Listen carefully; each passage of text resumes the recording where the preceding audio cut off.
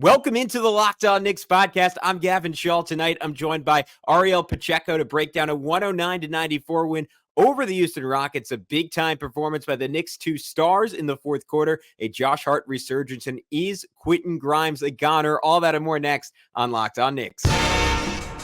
You are Locked On Knicks, your daily New York Knicks podcast, part of the Locked On Podcast Network, your team every day.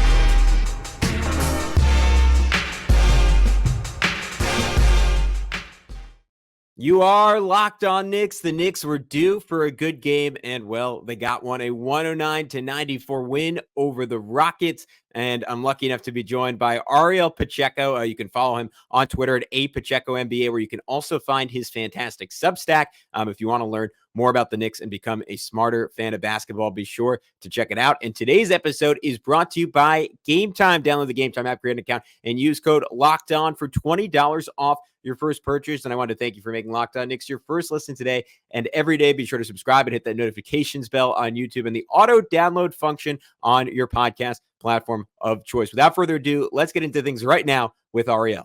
All right, guys, as promised, I'm lucky enough to be joined by my buddy Ariel Pacheco on today's post-game big win for the New York Knicks over the Houston Rockets, 109-94. Ariel, it's nice to have Jalen Brunson back, a dominant fourth quarter. Julius Randle was kept in the game with 4 fouls. He picked up his fourth with 8.5 minutes left in the third quarter. I thought it was stupid. Shows you what I know. Tom Thibodeau, happy birthday, Tom. A great decision. Randle plays the rest of the way. Season high 4 threes. Both of them have over 30 points. Josh Hart redemption game. A lot of stuff to talk about. Where do you want to start? What stood out to you tonight?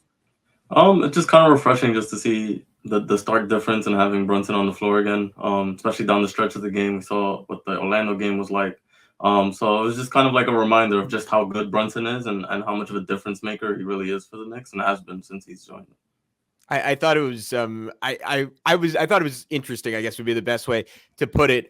When Tibbs twice in this game went to lineups with no Brunson and no Randle before the injuries, I think we'd pretty much only seen those two, like one of them on the court for essentially every minute of the game. I think maybe a game or two before Tibbs started experimenting with having one of them off the court at a time. And I thought, all right, that's a show of faith in Deuce and a testament to how well he's been playing, that Tibbs is saying, all right, basically it's your show, go cook. And then the fourth quarter, Deuce had the Knicks were up by 13. They take Brunson out. He's out for like 90 seconds. Deuce gets stripped. Someone on the Rockets goes coast for coast, and Tom Thibodeau is like, I've seen enough. Jalen Brunson goes right back in, coming off an injury, finishes tonight's game with 37 minutes. I was surprised Julius only played 34. I think because he had a really long stint out of the game in the first half. OG Anunoby, 43. Isaiah Hartenstein, 41.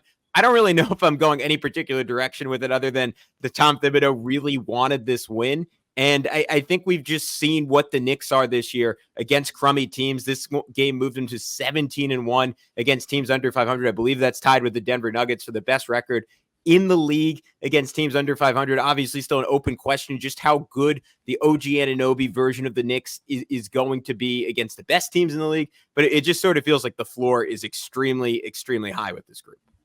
Yeah, that's kind of where I'm at as well. Just to touch on the minutes thing, it is a little bit concerning, like seeing Isaiah Hartenstein. I think he played the entire second half, unless I missed like a very short sub. Seeing, Brunson just coming off an injury, he's straight to 37 minutes. So there definitely is a little bit of weariness there. And then OG Anunoby's been getting a ton of minutes. I think last time he had 43 minutes. I don't know how much he had tonight, but it had 43 to be again. 40. Oh, Yeah. Okay, there you go. So it's a lot. And I think it's eventually may take its toll. Hopefully not. But I do think that there needs to be like a little bit of a reorientation of the minutes. Precious, I think he had 5 minutes in the first half, didn't touch the floor in the second half, which I don't necessarily disagree with. I think his minutes have been kind of up and down, maybe more down than up so far. But I would have liked to see at some point like experimenting with Julius at the 5. I thought this was a good matchup for that with the Rockets going Jeff Green at the 5. But I mean, overall, you're just happy to come away with the win. Like you said, you got to beat the bad teams. You got to beat the teams you're supposed to beat. But I was kind of impressed by Houston's defense as well. I thought that was worth mentioning. Yeah, no, I think it's telling that, I mean, to your point, 5 guys play at least 30 minutes and no one else on the roster plays over 20 minutes. This almost felt like Tibbs treating this like a playoff game. The issue is I feel like he's going to treat every game like a playoff game the rest of the way. And to me, maybe the single, and we can circle back on Brunson and Randle, but like the single most substantial part of this feeling like a playoff game was the way Josh Hart played. Like it felt like a weirdly vintage performance from him with 10 points, 14 rebounds, came into the game questionable with a knee injury. I was like ready to come on and be pissed again. Obviously, the reports out there from Fred Katz that the Knicks are actively listening to offers on Quentin Grimes in search of another playmaker. And my stance has kind of been like, I feel like post-trade, Grimes has clearly been the better player than Hart. And Hart, and this was still an issue at times tonight, has just constantly been passing up open threes. And without Emmanuel Quickly out there to just like single-handedly provide some juice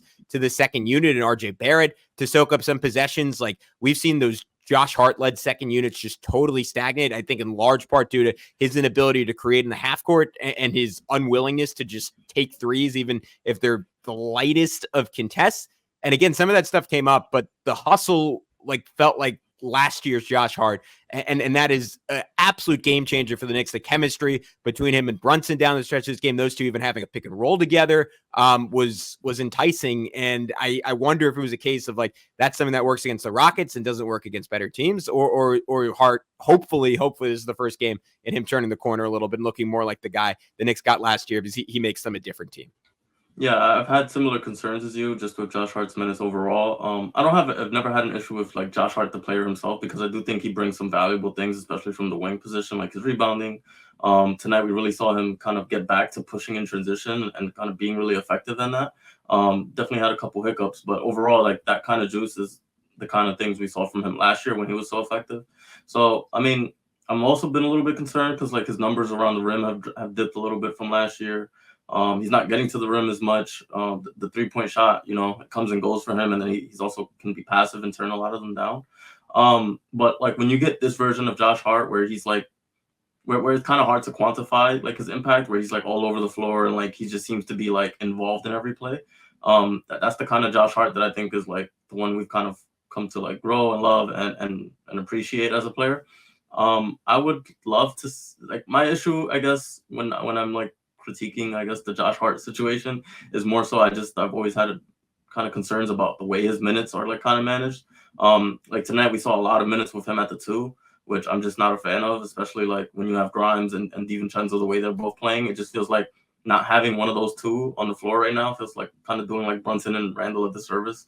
So I'm a little iffy on it, but it is nice to see him play nice once again, and I hope that it's kind of the start of him kind of stringing together a good stretch of games. Yeah, I think we're probably on the same page with this, but I've kind of been of the opinion it just takes the perfect storm for him to work at the 2. And tonight, where Julius, like I said it earlier, but again, and it's crazy because he was doing this regularly last year, but it was a season high 4 threes for Julius. Like when Julius goes 4 for 8 from 3, Brunson goes 4 for 9 for 3, Anunoby goes 2 for 5 from 3. Like then all of a sudden it's tenable. Like when you combine that with Josh Hart, again, just like making absurd hustle play after absurd hustle play in this game. Like he had a save in the fourth quarter that was just ridiculous, where he fought his way through like 3 rockets to like kind of like Tom Cruise Mission Impossible style slow-mo jump out of bounds, like catch the ball in the air, somehow able to keep it in. Like I thought the defense, like he didn't get credit for all of them, but like it was taking like hit after hit on that end, and like had that 2-play sequence where Dillon Brooks just kind of nailed him in the eye with the elbow. And then there was a loose ball. He beat Brooks to it. You could tell Brooks was pissy, and Brooks just kind of started slapping him on the arm. Josh Hart like pivots, gets right to the rim, lays it in, big fist pump, big let's go to the crowd. And it just sort of felt like a year's worth of frustration was let out on that one play. He was also a key part of like what I thought was like the single best sequence for the Knicks all game, where Hartenstein, I think it was on Jalen Green, had a swat at the rim. Hart pushed it up to Julius Randle. Randle touch pass to OG Anunoby for the and one dunk. And I guess that leads me to, I mean, unless you have any final thoughts on Hart, and like I don't know, I think as much as it looks good on the right nights in the regular season, with no Quickly on the floor, like I just think him playing the 2 is death in the playoffs, and we saw that against the Miami Heat last year with even when Quentin Grimes had like 30, 20, 80 splits, he was still they were something like 30 points better with him on the floor than Josh Hart. That still looms large for me, even if Anunoby's a better shooter than RJ. But anyways, I bring up Randle to say, like, I think the fact that he had 4 assists tonight does him a little bit of a disservice.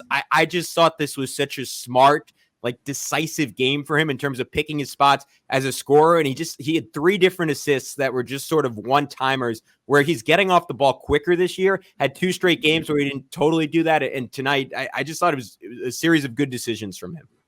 Yeah, when Randall's working quickly and like decisively, he's so tough to stop. I think when he's getting downhill and he knows where his teammates are on the floor and he's able to map it out, and he knows he has OG in the corner, for example. He found them for, I think, a couple of threes. It's a lot of fun, and that's when he's really at his best, when he's able to kind of use his downhill ability to get people going. And again, I mentioned the quick decision making with Randle because when he's at his worst, it's always like holding on to the ball too long when there's a double, or he's like can't find an open man, or it's just when he's working quickly, that's when you always see the best version of him. And I thought it was really nice to see him hit some threes tonight. He's kind of struggled with his shot this season. So just seeing him get a couple of tough ones too from the corner, just seeing him knock those down is just a positive sign. I just think overall, like, you can kind of point to anyone on the floor that played today for the most part and kind of find something good to take away, which is kind of, it's good to see that after kind of a couple of ugly games against some worse talent than the Rockets. But overall, just an encouraging win, and I think the takeaways should be more positive than anything negative after tonight. All right, guys, next on Locked On Knicks, we're going to continue diving deep into what made it such a good night for Julius Randle and a dominant fourth quarter from Jalen Brunson. But first, I got to tell you about our buddies over at PrizePicks. So you might be at home asking, what is PrizePicks? Well, PrizePicks is the largest daily fantasy sports DFS platform in North America, where the easiest and most exciting way to play DFS is just you against the numbers. So instead of battling thousands of other players, including pros and sharks, you pick more than or less than on 2 to 6 player stat projections, and you watch the winnings roll in. My favorite feature on PrizePicks is that they offer a reboot policy. So essentially what that means is your entries stay in play even if one of your players gets injured. I don't know if you guys play regular fantasy sports or DFS, but either way, my biggest frustration is pouring all this time into research, reading the experts, making a great decision, and then just having my guy turn his ankle in the first quarter. It's all over. That's not the case on PrizePicks for football and basketball games. If you have a player exits the game in the first half and does not return the second, that player is rebooted. PrizePicks is the only daily fantasy sports platform with an injury insurance policy. Quick withdrawals, easy gameplay, an enormous selection of players and stat types are what make PrizePicks the #1 daily fantasy sports app. So go to prizepicks.com/LockedOnNBA and use our code LockedOnNBA for first deposit match up to $100. Again, go to prizepicks.com/LockedOnNBA and use code LockedOnNBA for first deposit match up to $100. PrizePicks, it's daily fantasy sports made easy. At the start of the new year, every small business owner is asking themselves the same question. What's the one move I can make that'll take my business to the next level? LinkedIn Jobs knows that your success all depends on the team you surround yourself with. That's why LinkedIn Jobs has created the tools to help you find the right professionals for your team faster and for free. LinkedIn isn't just another job board. LinkedIn has a vast network of more than 1 billion professionals, which make it the best place to hire. Hiring is easy when you have so many quality candidates. So easy, in fact, that 86% of small businesses get a qualified candidate within 24 hours. It's why small businesses rank LinkedIn Jobs #1 in delivering quality hires versus leading competitors. LinkedIn also knows that small businesses are wearing so many hats and might not have the time or resources to hire. Thankfully, with LinkedIn, the process is intuitive, quick, and easy. So post your job for free at linkedin.com/LockedOnNBA. That's linkedin.com/LockedOnNBA to post your job for free. Terms and conditions apply.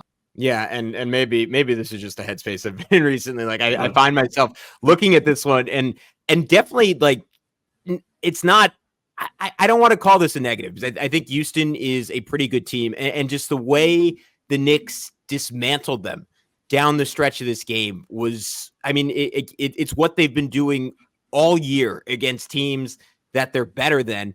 It just sort of feels like, again, like you look at the minutes totals and like, I guess like I'm repeating myself a little bit, but I kind of come back to the same question. Like, all right, do the Knicks, like, should they need everyone, like all their stars to play that much to beat the Rockets? And like, and maybe this was Tom Thibodeau saying, like, I want a clean win. I want to win by 15. I don't want to be up by 5, sweating it out with 3 minutes left. And maybe if he'd kept Deuce out there for 3 or 4 minutes and like that bench line about them for 3 or 4 minutes, that's what it would have been. And it's why it makes me think this Knicks team is is ultimately not quite done yet. But let's dive a little deeper on Jalen Brunson, because it was an amazing return for him. 30 points, 7 assists, 3 rebounds, 11 of 21 from the field, 4 for 9 from 3, 4 for 7 from the line. I mean, this was like him being the best guy on the court game. And I remember last year he had all those duels with Fred VanVleet, and VanVleet seemed to take a joy in cooking against Brunson, almost like you're not taking my title of best diminutive guard in the Eastern Conference. And Brunson tonight was just so much better than him. And I don't know about you, Ariel, maybe those games, just because Toronto tortured the Knicks last year, 3-1, all of them were ugly. Like, it felt like the Knicks walked out with like black eyes and limps every time they played those games. Like, it was just satisfying, even if FVV is on a new team, to watch Brunson just kick his you-know-what all night. Yeah, it was like a small guard war between those two, and it has been in every matchup. And it's fun to watch because they're kind of both small guards, but they do it in different ways. Yeah. I thought, but they've always kind of gone at it, and it's just fun to see like guys at that size kind of find their own ways to like dominate NBA games. But yeah, just to get back to Brunson, he was awesome tonight. Like, the tough shot making, he made so many shots that like he felt he got fouled on. You could see him get frustrated, but he's still just able to knock it down just because he has that kind of innate ability to play through contact. It's interesting to see what kind of whistles he gets night to night, because it always feels like he doesn't get the amount of calls that he probably deserves. But I come away just feeling like when Brunson is on the floor, like the Knicks they just feel better. They run better. And he just has this kind of feel for like when the Knicks need a bucket or when he needs to get somebody a touch. And I think since the trade, we've kind of seen his playmaking pop a little bit more. I feel like we're seeing him with the ball in his hands more. I guess he kind of understands the other guys on the floor, other than Randle, are guys that kind of they need him to get them involved. They aren't guys like OG. OG can do a little bit off the bounce. It's not always the prettiest, but I think a guy like OG, guys like Grimes, Dante, they thrive when the ball is being swung to them and it's coming off of, the defense is already bending over. So I think overall it's a lot to ask of Brunson. So when we talk about the minutes and going forward, I think he has a heavy load. So I am a little bit concerned in that aspect. But it's just really nice to see him on the court again.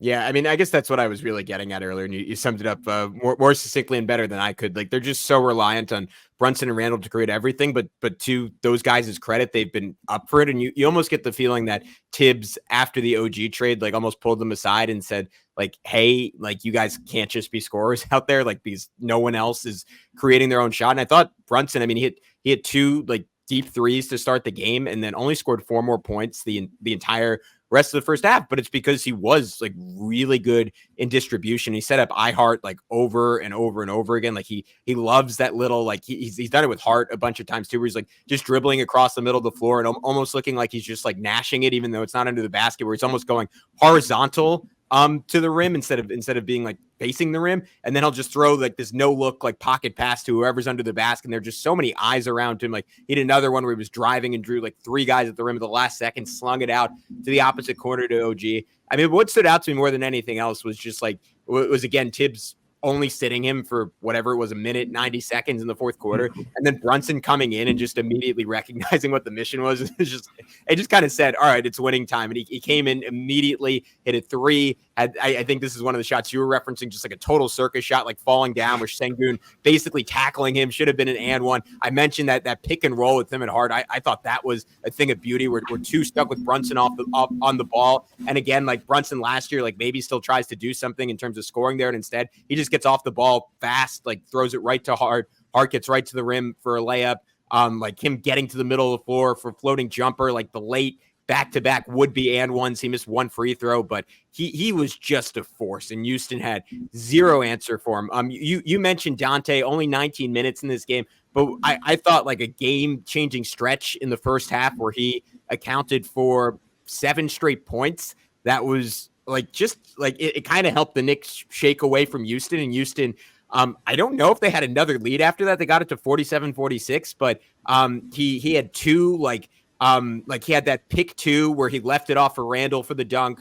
Then like had like a bunch of great helps on Sengun. It didn't let him get anything up around the rim, and then had that outlet to OG Anunoby. Then he hit a 3 when Julius just sort of left it behind and set a pick Like I just thought that stretch, and like Dante seemingly is doing this every game now, like where he's just carrying the Knicks at some point where they need offense, and it's been so crucial post trade to get that from him.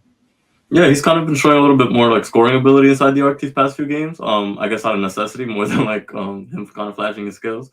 But overall, like I tweeted this earlier, but he's just been so consistent, and like he's been about as good as like I think any reasonable person could have expected from him.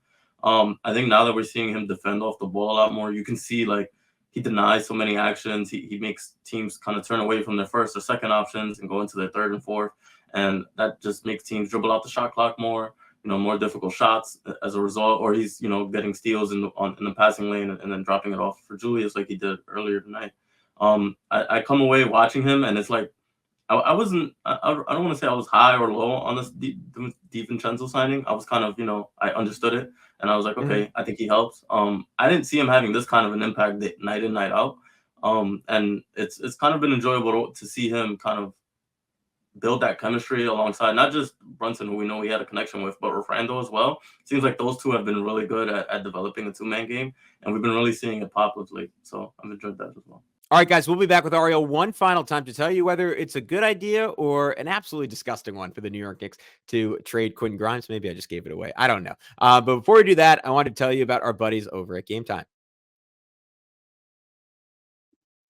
So Gametime is the ultimate place to buy your next ticket. You shouldn't have to worry when you buy tickets to your next big event. Gametime is the fast and easy way to buy tickets for all the sports, music, comedy, and theater events near you with killer last-minute deals, all in prices, views from your seat, and their best price guarantee. Gametime takes the guesswork out of buying tickets, and that best price guarantee, that is what got me when I was in Phoenix a couple months ago visiting my girlfriend. I said, I need to go see the Knicks. They're playing the Suns. It's going to be super expensive to get in. The Suns' big three was on their way back. How am I going to figure this out? How am I going to afford to get in?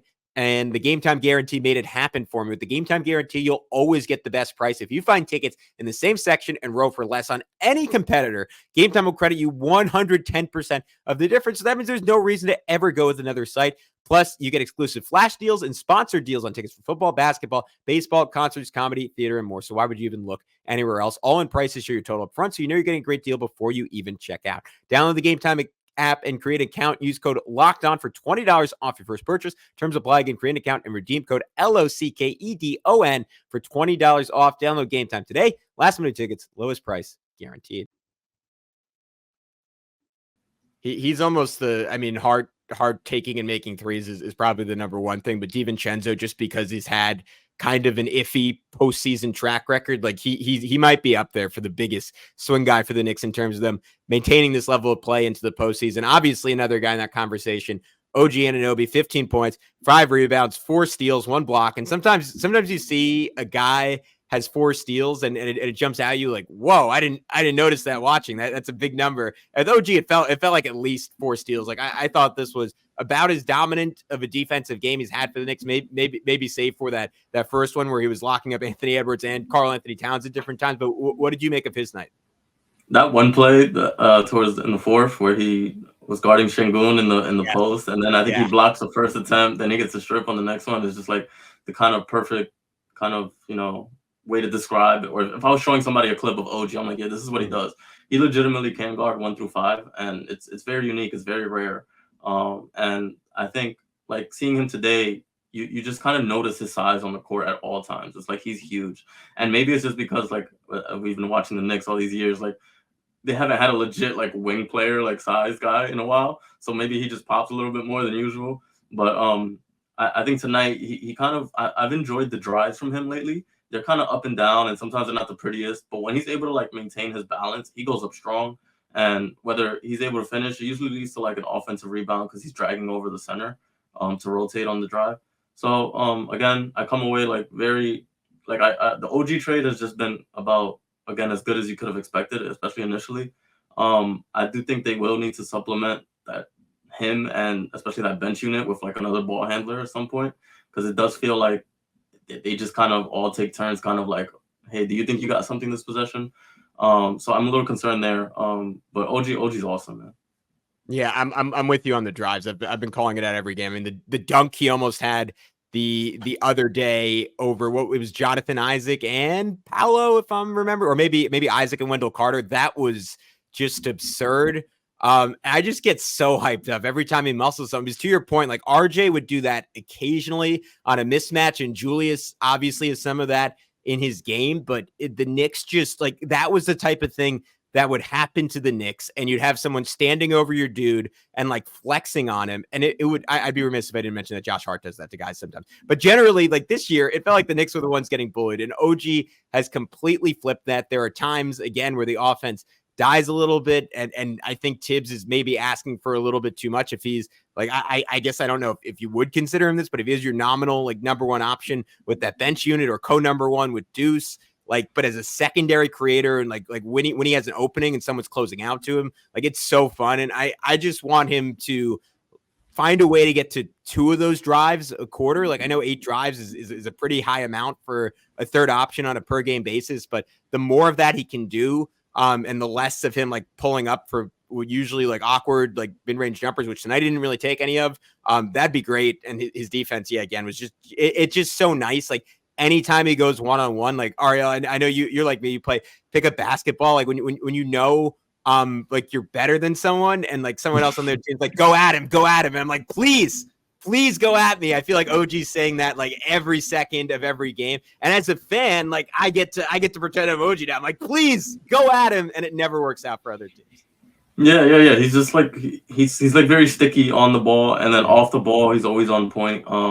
I see him like make a lot of like backline rotations. He's just always on the ball. He gets his hand on the ball a lot. I've come to really appreciate him defensively, and then on offense too. And just to add to the point on his drives, his passing is it's very simple. It's nothing like out of this world, but sometimes making the simple decision is the right decision. And he's found Hartenstein on a couple of like dump off passes. So again, it's nothing that'll like scream like off the page, but I think it's something worth mentioning because I think like to contrast with RJ, which isn't really fair, but with RJ, sometimes on his drives, he would kind of try to do a little too much. And with OG, it's just always like, okay, you close out on me, I'll take the drive to the paint. And if I have the dunk, I'll go up for it. And if not, I'll just dump it off. Or if not, he just resets. It's very simple decision making. But again, like simple can be very effective. And it is for him. I know people have mentioned it, but I think the upgrade offensively, I mean, so obviously so much of it is tied into his shooting and the fact that he's treated as a shooter. And then the next biggest thing is just the negative plays that RJ had are just few and far between with OG. And it's almost less so the plays he is making and more so the plays he isn't making. Well, let's finish on Quentin Grimes because we didn't. Alex, of course, did the great episode on Malcolm Brogdon the other day, which you didn't. If you didn't get to check out, really fun crossover with Locked On Blazers. Diving deep on that potential trade. I think Brogdon would be a great fit. 52% shooter on spot up threes this year, despite I'm sure teams just flying out on him because there aren't a lot of options on Portland. So that would be cool to see. Quentin Grimes, though, I know just from talking to you over the years, Ariel, you're like me, a huge fan of his and probably similarly have been somewhat dismayed to see that this trade, which I thought would open up like a much bigger role for him, hasn't really changed his lot in life for the Knicks. And it's been pretty clear that he is like a breaking case of emergency option. It almost doesn't matter how well he plays. Like tonight, only shot 2 for 6 from 3. The bright spot was that he went 5 for 5 from the line when he'd only taken 16 free throws all season. And those came on 2 straight plays. But it just feels like he's continued to be in an impossible position of trying to build a rhythm and trying to expand his game while not getting to play more than 6-7 minutes in a row at a time. And now it feels like the Knicks are ready to move on for this guy that, I don't know about you, I was super excited to see him and OG Anunoby on the court defending together in the playoffs. Like I thought that was going to be epic. Yeah, that tandem would be like insane on any team's like top 2 options. Overall, though, I am pretty frustrated with his minutes. I do think that it should be pretty easy to get him and or Dante over 20 minutes a night. Today they both played under 20. And I think the issue, again, we touched on it a little bit earlier with Hart playing at the 2, that kind of eats away at those guys' minutes just because they never play together. I think it was Fred Katz in his story who said that they only played 36 minutes together in total this season. And I think that's kind of it's a severely limiting factor in terms of how many minutes Grimes can play, and also DiVincenzo, because they're slotted into the 2, and then now they have Hart eating at their minutes as well. So it's a little bit tough for Grimes right now. I do think he's played a lot better since his benching, and then even better since the trade. overall, I think they've started to look for him a little bit more. He doesn't feel as lost like offensively. And I think that he's been more aggressive in the way he's getting his shots now. Like tonight, taking 5 free throws is something we haven't seen from him all season. So again, it's just encouraging to see him get some minutes, but I do think it is a little bit disappointing that he may be getting shipped out without really getting that increased opportunity we thought we'd see from the point of the trade to the trade deadline. But yeah, we can go. No, finish up. Oh yeah, just that. I've nothing much else to add. Just that I think that his defense is very valuable, and I think that it's kind of going a little bit undervalued by Tibbs so far. Just I think that like sometimes Hart has the more difficult matchups when they're on the court together. But yeah, just basically. Yeah, I think it's a continuation from what we saw in the playoffs last year, right? Where like in the Heat series, like Tom Thibodeau, allegedly big proponent of analytics and of looking at net ratings and watching the games 3 times. And yet he couldn't seem to grasp that the Knicks were just way, way, way better with Grimes on the court because he was like the one fulcrum of spacing that they had. And I understand, like, as noted before, like that Anunoby changes the equation a little bit because he's guarded in a way that RJ isn't. And it does open up a world where you can play Hart at the 2 and it's not as much of a disaster as it was with RJ. But I think you're almost approaching it the wrong way if that's your logic, because what kind of world does it open up for Brunson and Randle if you have 2 guys who are treated like knockdown shooters in Grimes and Anunoby on the court at the same time? And of course, we get to see that with the starting lineup that has been incredible, but Grimes just does, he's just a different level of defender than Dante DiVincenzo is. And I would argue he's a better one-on-one defender than Josh Hart is. And I think we saw that at times in terms of how the 2 guarded Jimmy Butler in that series a year ago. And I wish we could, obviously I don't want anyone to get hurt, but I wish we could get 5 games of Grimes getting back to playing 30 minutes and just seeing what him and Anunoby look like together, because with the bench at times they've been impenetrable. At times it's been a little shaky, but I think over the long haul, like those 2 on the court in the playoffs, like if I were Tom Thibodeau, that would be my end game. And I think he just values the supplemental stuff that Hart does in terms of rebounding and secondary playmaking to such a high extent. But Grimes hasn't necessarily had a chance in his career to develop those things. And to be clear, like some of it is in Grimes's camp. And like, it didn't feel like he made a big leap this season. And if he'd come out this year with maybe a little bit more to his game and being more aggressive as a driver, like we might not have gone down this road. So I don't want to say it's all on Tibbs, but it just feels like a trade that the Knicks, like when they make that eventual star move, like I'm still the proponent, like Quentin Grimes is someone you want on a championship caliber team. Yeah, he's just so easy to slot in alongside anybody just because you know what you're getting from him defensively. You know the shot is going to be there. You know teams are going to defend him at the 3-point line, which is kind of the biggest thing. Is just you create that spacing for Randle and Brunson, which is so important as we saw last season in the playoffs. Again, I think I'm a little concerned that this is a longer conversation, but just dip the toes in a little bit. Just the way that I've always felt a little concerned at the way the Knicks have kind of traded their young talent of late without really fully exploring the kind of lineups that work and don't work. And if Grimes is dealt, it'll feel again like we didn't really see exactly like how he could have worked alongside in the starting lineup, or on the bench alongside DiVincenzo in lineups, or just him getting 20-25 minutes off the bench. Because I do think there's a world where pretty simply too, where Hart, DiVincenzo, and Grimes can all play over 20 minutes a game. But again, with Hart eating at the minutes at the 2, it severely limits what DiVincenzo and Grimes can play.